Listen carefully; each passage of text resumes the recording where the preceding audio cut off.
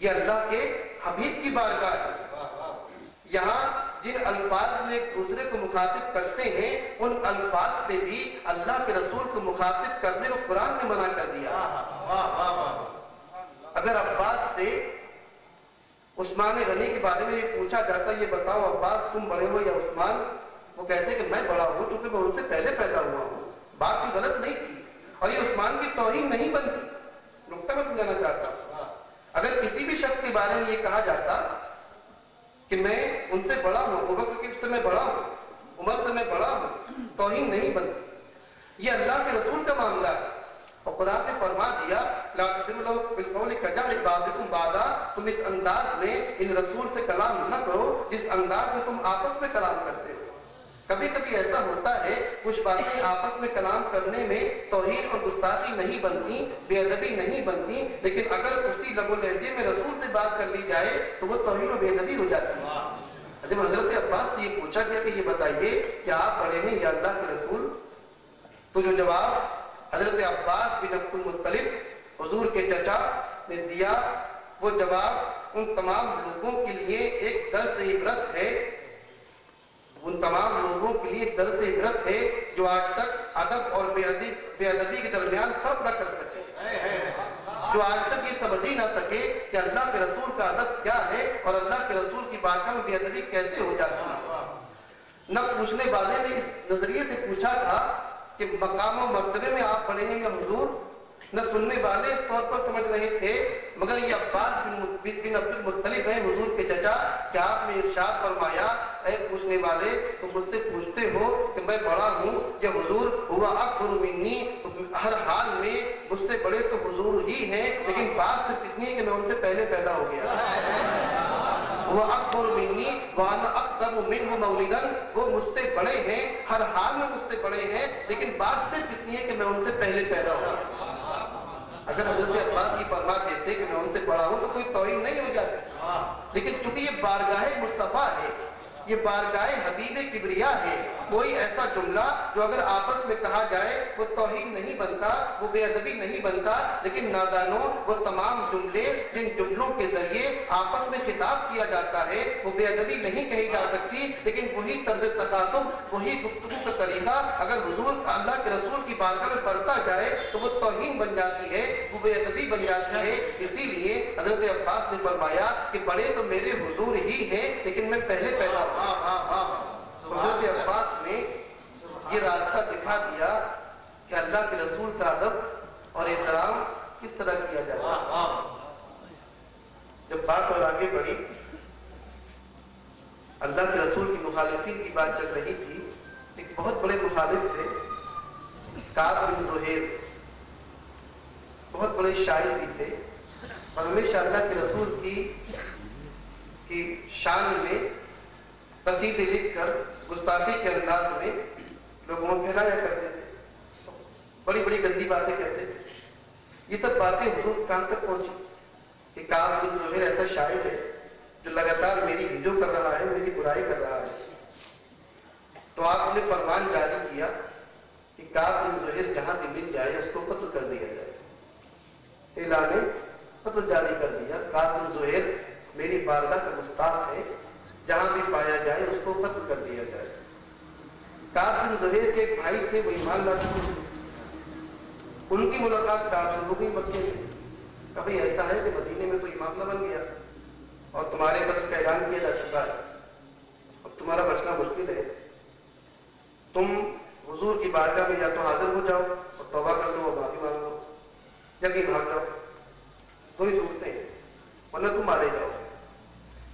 اب کعب نے سوچا کہ یار بات تو صحیح ہے، میں مارا جاؤں گا، دل میں پچھتائے، اور وہی کعب کہ جن کا قلم اس سے پہلے اللہ کے رسول کی مذمت اور ان کی ہجو اور ان کی گستاخی میں اٹھا کرتا تھا، کعب کا وہ ذہن جو اس سے پہلے قصیدوں اور شعروں کے ذریعے حضور کی بارگاہ میں گستاخیاں کرتا تھا، ایک بار پھر وہ قلم اٹھا اور اس قلم نے تقریباً 82 یا 83 اشعار پر مشتمل ایک نعت پاک لکھی، نعت لکھی، قصیدہ کہا اور قصیدہ لے کر اللہ کے رسول کی بارگاہ میں حاضر ہو گیا، منہ پر ڈاٹا لے بیٹھ لیا، مدینے پہنچے۔ اب یہاں یہ دیکھیے دو تین باتیں دیکھنے کے قابل کہ حضور کے مخالف کو بھی اس بات کا یقین ہے کہ میں مخالف ضرور ہوں، میں نے توہینیں بہت کی ہیں، گستاخیاں کی ہیں، لیکن یہ رحمت للعالمین ہیں، یہ رحمت کرنے والے ہیں، یہ معاف کرنے والے ہیں، اگر میں ان کی بارگاہ میں حاضر ہو کر اپنی غلطی کی معافی چاہوں تو یہ معاف کر دیں گے۔ وہ شخص کہ جس کے لیے کسی آدمی نے قتل کا فرمان جاری کر دیا ہو، اس کے پاس پہنچنے کی ہمت نہیں کر سکتا تھا۔ کعب پہنچے اور منہ پہ کپڑا لپیٹ لیا، مسجد نبوی کے اندر حضور تشریف فرما ہے۔ کعب بن زہیر نے جا کر کہا کہ اے محمد، کعب بن زہیر کیسا آدمی ہے؟ اپنے ہی بارے میں پوچھ رہے ہیں کہ یہ بتائیے کعب بن زہیر کیسا آدمی ہے؟ تو حضور نے فرمایا کعب بن زہیر تو بڑا بدتمیز آدمی ہے اور میری ہجو لکھتا رہتا ہے۔ تو سنا ہے کہ آپ نے اس کے قتل کا حکم دے دیا ہے؟ کہا میں نے اس کے قتل کا حکم دے دیا ہے۔ تو کہا اچھا، اگر وہ اپنی غلطی پر نادم ہو اور پچھتائے اور آپ کی بارگاہ میں حاضر ہو کر معافی مانگ لے تو کیا آپ معاف کر دیں گے؟ حضور نے فرمایا کہ ہاں، اگر وہ میرے پاس آ کر معافی مانگتا ہے ٹھیک ہے، معاف کر دوں گا۔ تو کعب بن زہیر نے اپنے منہ سے کپڑا ہٹایا اور کہا کہ اے محمد، میں ہی کعب بن زہیر ہوں اور میں آپ کی بارگاہ میں حاضر ہوا ہوں اپنی غلطیوں کی معافی چاہنے کے لیے۔ اور اس کے بعد کعب بن زہیر نے کہا کہ یا رسول اللہ، اب میں کلمہ پڑھ کر ایمان میں داخل ہو گیا، میں کچھ عرض کرنا چاہتا ہوں۔ یہ بڑی مزے کی بات ہے کہ ایمان میں داخل ہوتے ہی کعب بن زہیر نے نہ نماز پڑھی، ایمان میں داخل ہوتے ہی کعب بن زہیر نے نہ روزہ رکھا، نہ کوئی اور نیک کام کیا۔ کعب بن زہیر نے ایمان میں داخل ہوتے ہی جو سب سے پہلا کام کیا وہ نعت رسول پڑھنے کا کام کیا۔ اور نعت رسول بھی اس شان سے پڑھی کہ مسجد نبوی کے اندر حضور تشریف فرما ہے اور تمام صحابہ موجود ہیں، اور کعب بن زہیر جو کل تک جن کے بارے میں قتل کے فرمان جاری ہو چکے تھے، آج وہ تمام صحابہ کی موجودگی میں حضور کی بارگاہ میں نعت پڑھ رہے۔ بان السعاد فقلت اليوم مذکور متیم اسقطها لم يفت مذکور حیفاء مدبرة عجزاء مقبلة لا يشتكى منها قصر ولا طول ان الرسول لنور يستضاء به سیف من سیوف اللہ مسلول۔ مطلب یہ ہوا کہ پڑھتے پڑھتے آگے چلے، تقریباً 82 شعر تھے اس کے اندر، تو جب یہ نعت پاک پڑھی تو یہی ایک شعر آیا کہ کعب بن زہیر نے کہا تھا کہ ان الرسول لسیف یستضاء به مہند من سیوف اللہ مسلول۔ مطلب یہ ہوا کعب بن زہیر نے کہا کہ ان الرسول، کہ اللہ کے رسول، لسیف ایک ایسی تلوار ہے، ایک ایسی تلوار ہے کہ جو چمکنے والی تلوار ہے، اور مہند من سیوف اللہ مسلول، اور اللہ کی ننگی اور کھچی ہوئی تلوار ہے۔ جب کعب اس شعر تک پہنچے اس میں اللہ کے رسول کو لسیف السیف کہا تھا، تو حضور نے مسکرا کر فرمایا کہ کعب اس شعر کو اس طرح پڑھو، ان الرسول لنور یستضاء به مہند من سیوف اللہ مسلول، کہ اللہ کے رسول ایک ایسا نور ہے جن سے روشنی حاصل کی جاتی ہے اور وہ اللہ کی کھچی ہوئی تلوار ہے۔ معلوم یہ ہوا کہ اللہ کے رسول کو نور کہنا، اللہ کے رسول کو نور کہنا، یہ بات کہ لوگوں کی پیدا کی ہوئی بدعت نہیں ہے، بلکہ یہ حضور علیہ السلام کی سنت۔ رسول لنور یستضاء به مہند من سیوف اللہ مسلول نبئت ان رسول اللہ اوعدنی والعفو عند رسول اللہ محمود۔ ایک شعر اس میں یہ بھی تھا۔ تو آپ نے دیکھا کہ اللہ کے رسول علیہ السلام کی بارگاہ میں ان کا مخالف جب حاضر ہوا کرتا تھا تو اس یقین اور اعتماد کے ساتھ حاضر ہوا کرتا تھا کہ میں رحمت اعظم کی بارگاہ میں حاضر ہو رہا ہوں۔ ایک بڑھیا تھی بیچاری، وہی بڑی مخالف تھی حضور کی، رات دن حضور کو تکلیف پہنچانے کے بارے میں۔ ایک بار راستے میں ملی اور پھر سامان سب سے رکھ کے لے جانے کی بیچاری۔ کہا کہ بڑھیا کہاں جا رہی ہو؟ میں ذرا کام سے جا رہی ہوں. کہا مجھے سامان میں تو میں لے جاتا ہوں, تم کمزور عورت ہو, کہاں لے جاؤں گی بہت دھو کر. حضور نے اس کا سامان اپنے کندھے پہ رکھ دیا, وہ بڑھیا چل دی. اب جب دو لوگ راستے میں چلتے ہیں تو خاموش تو نہیں چلتے, کوئی نہ کوئی بات کرتے ہیں. تو اس بڑھیا نے بات شروع کر دی. میں نے جب یہ منظر دیکھا تو میں سوچنے لگا کہ یہ وہ شخص ہے, یہ وہ ذات گرامی ہے کہ جس کو اللہ تبارک و تعالیٰ نے وہ مرتبے اور فضیلتیں عطا فرمائی ہیں کہ جب معراج کی رات اللہ تبارک و تعالیٰ اپنے حبیب کو اپنی مہمانی میں اپنے پاس بلاتا ہے تو سدرۃ المنتہا پر جبریل امین یہ عرض کرتے ہیں کہ یا رسول اللہ 2 رکعت نماز میرے کاشانہ اقدس میں پڑھ دیجئے تاکہ جبریل کا کاشانہ متبرک ہو جائے. تو یہ وہ ذات گرامی ہے جبریل امین جس کے ہم سفر ہوں, جبریل امین جس کے ہم رکاب سعادت ہوں, جبریل امین جس کے براق کی لگام پکڑ کر چلنے والے ہوں. اور آج آسمان یہ منظر دیکھ رہا ہے کہ ایک بڑھیا حضور کو اپنے ساتھ لے کے جا رہی ہے. عظمت ہو تو ایسی اور انسانیت ہو تو ایسی. حضور کو ہم عبدہ و رسولہ مانتے ہیں کہ وہ بندے بھی ہیں, اللہ کے رسول بھی ہیں. آپ کی عظمت رسالت کا بھی جب حضور نے سامان رکھا تو اس نے دعائیں دی کہ بیٹا تم بڑے نیک آدمی ہو, بڑے اچھے آدمی ہو, تم نے ایک کمزور بڑھیا کا سامان اٹھایا, تم نے مجھے یہاں تک پہنچایا, تمہارا نام کیا ہے؟ اب اس کو یاد آیا کہ نام پوچھ لے. کہ بیٹا تمہارا نام کیا ہے؟ کہا بڑھیا مہی محمد بن عبداللہ. بڑھیا یہ شخص سن کر بڑھیا کے ہوش اڑ گئے ہوں کہ یار پورے راستے میں بڑائی کرتی ہوئی آئی تھی, ابھی تک تو شرافت سے سن رہا تھا, اب بدلا لے گا. اس کو پتہ نہیں تھا کہ یہ رحمت عالم ہے, یہ وہ ہے کہ جن کو ان کے رب نے معاف کرنے والا اور بخشنے والا بنا کر بھیجا ہے, تمام کائنات کے لیے رحمت بنا کر بھیجا ہے. انہوں نے فرمایا کہ بڑھیا میں محمد بن عبداللہ ہوں, اور جو تم جس کے بارے میں کہہ رہی تھی وہ میں ہی. بڑھیا نے کہا کہ بیٹا اگر واقعی تم محمد بن عبداللہ ہو اور تم وہی محمد ہو جن کے بارے میں لوگ کی بات کرتے ہیں تو میں گواہی دیتی ہوں کہ تم ہی سچے ہو, وہ لوگ جھوٹے. ایک غریب بڑھیا کا سامان اٹھائے, ایک غریب بڑھیا ایک کمزور بڑھیا کے پیچھے پیچھے اس کا سامان لے کے چلنے والا ہو, وہی سچا ہے, وہی درست ہے, وہی سچ بولنے والا ہے, اس کے مخالفین جھوٹے. سبحان کا کردار اپنے مخالفین کے بارے میں یہ رہا. تو ہمیں اور آپ کو چاہیے کہ حضور کے اس کردار سے روشنی حاصل کرتے ہوئے, حضور کے نقش قدم پر چلتے ہوئے ہمیشہ عفو درگزر اور علم و بردباری سے کام لیں. اللہ کے رسول کی سیرت کو بیان کرنے اور اس کو بتانے کا مقصد یہی ہوتا ہے کہ اس سیرت سے روشنی حاصل کی جائے, اور روشنی حاصل کر کے اپنی زندگیوں میں اس نور سیرت مصطفیٰ سے اپنی زندگی روشن و منور کی جائے. اسی سلسلے میں ہم نے ان جلسوں کا انعقاد کیا تھا کہ حضور کی سیرت آپ کو بتائیں کہ آپ کا کردار اپنے گھر میں کیا تھا, آپ کا کردار اپنے صحابہ کے ساتھ کیا تھا, آپ کا کردار اپنے مخالفین کے ساتھ کیا تھا, تاکہ یہ بات آپ تک پہنچے. حضور کی سیرت اور آپ کی تعلیمات کو ہم عام لوگوں تک پہنچائیں, اور اس کے نتیجے میں ہم کوشش کریں کہ جہاں تک ہو سکے اللہ کے رسول کی سیرت طیبہ اور آپ کی حیات کے بعد وہاں پر عمل کیا جائے. تو اس سلسلے کے یہ سلسلے میں جلسے کا انعقاد تھا. میں چاہتا ہوں کہ روزانے کی طرح آج بھی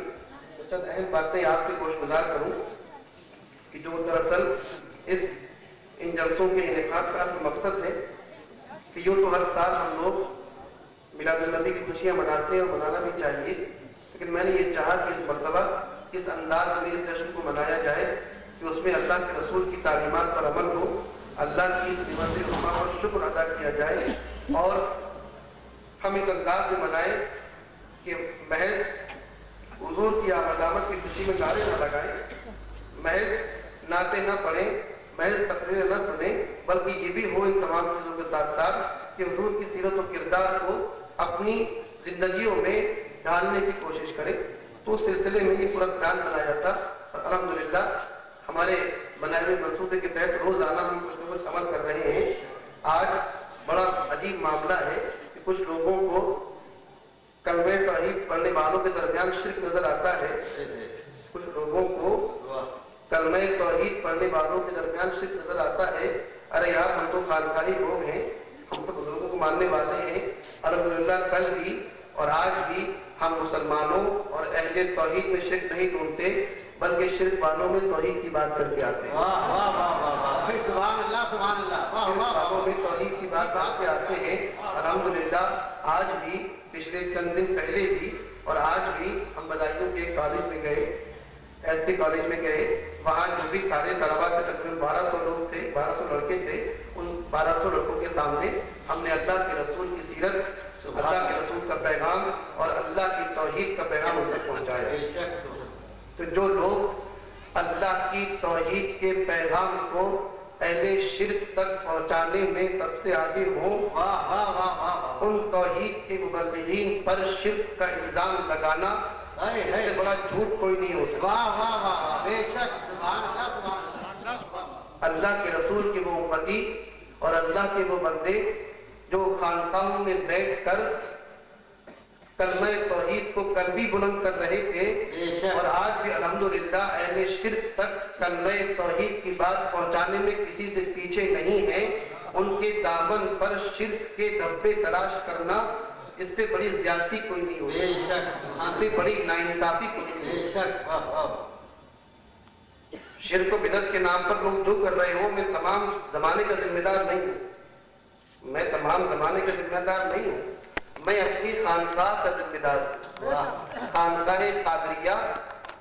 پچھلے 800 سال سے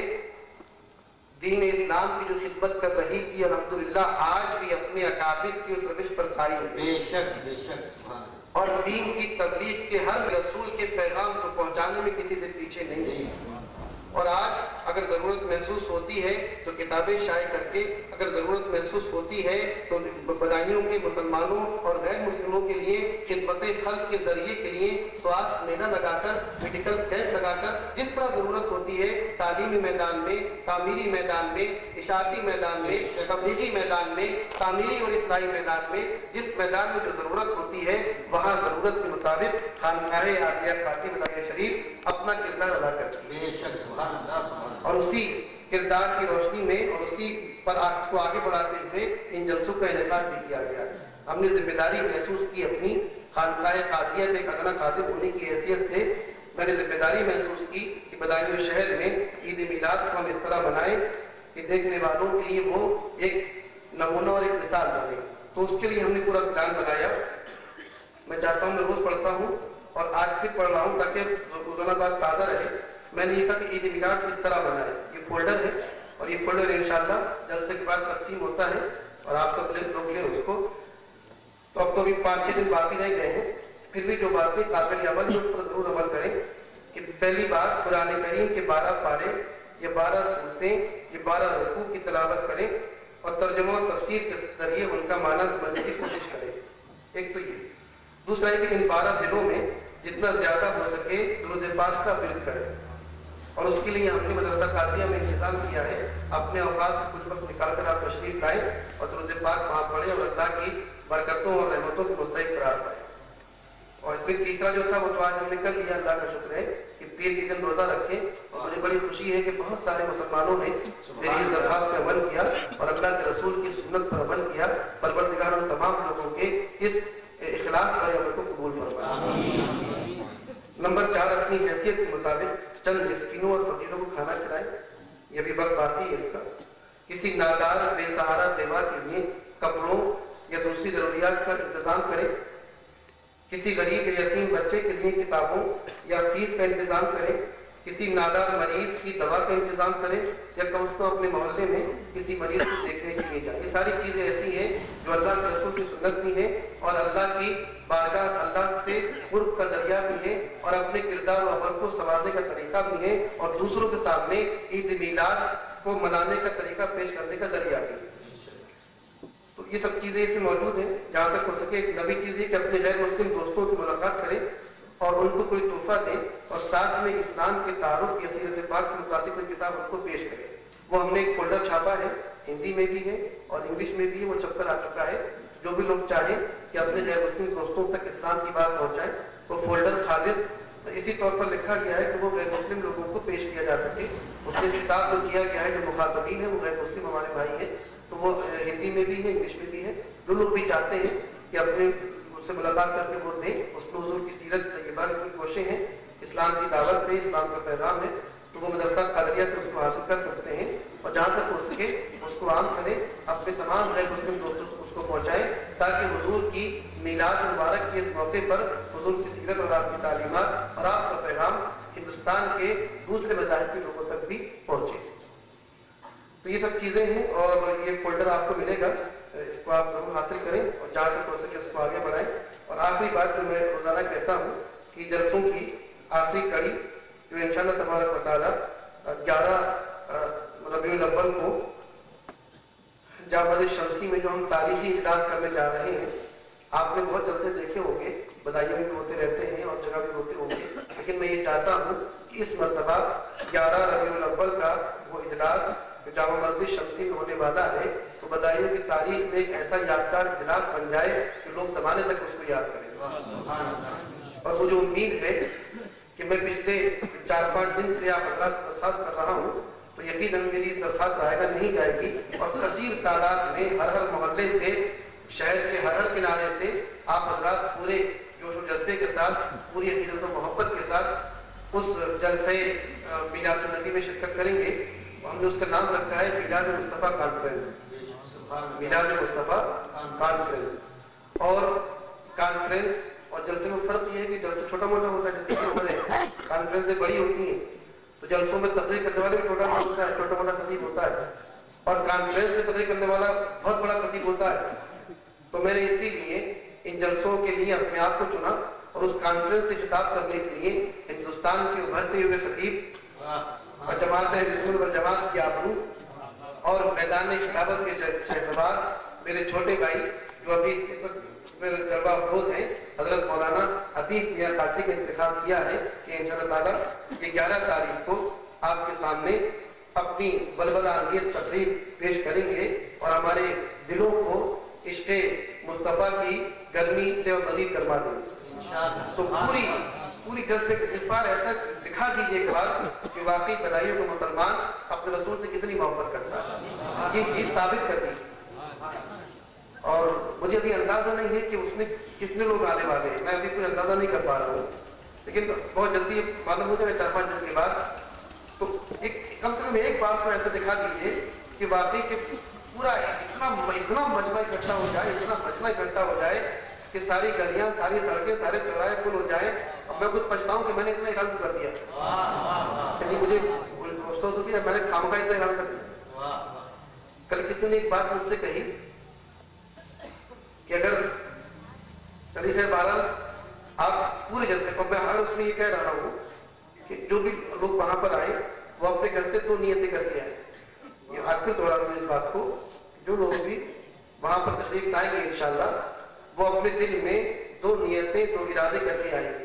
سب سے پہلی تو یہ کہ ہم اللہ کا ذکر کرنے کے لیے جا رہے ہیں، ہمارا اور کوئی مقصد نہیں وہاں بیٹھنے کا، محض اللہ کے ذکر کی خاطر ہم اپنے گھر سے نکل رہے ہیں، مسجد کے اندر بیٹھ کر اللہ کا ذکر کریں گے اور باقی ذکر کریں گے۔ اور دوسری چیز یہ کہ ہم اس بات پر اللہ کا شکر کریں گے کہ اللہ نے ہمیں ہدایت دی، اللہ نے ہمیں اسلام کی دولت سے نوازا ہے، ہمیں ہدایت کی ہے، آج ہم مسلمان ہیں، تو اس بات کا شکر کریں گے، اس بات پر اللہ کی تعریف اور حمد و ثنا بیان کریں گے۔ تو یہ 2 نیتیں کر کے آئیے، اور یہ جو شخص یہ 2 نیتیں کر کے آتا ہے تو اللہ تبارک و تعالیٰ اس کو کیا عطا فرماتا ہے، اس کے بارے میں صحیح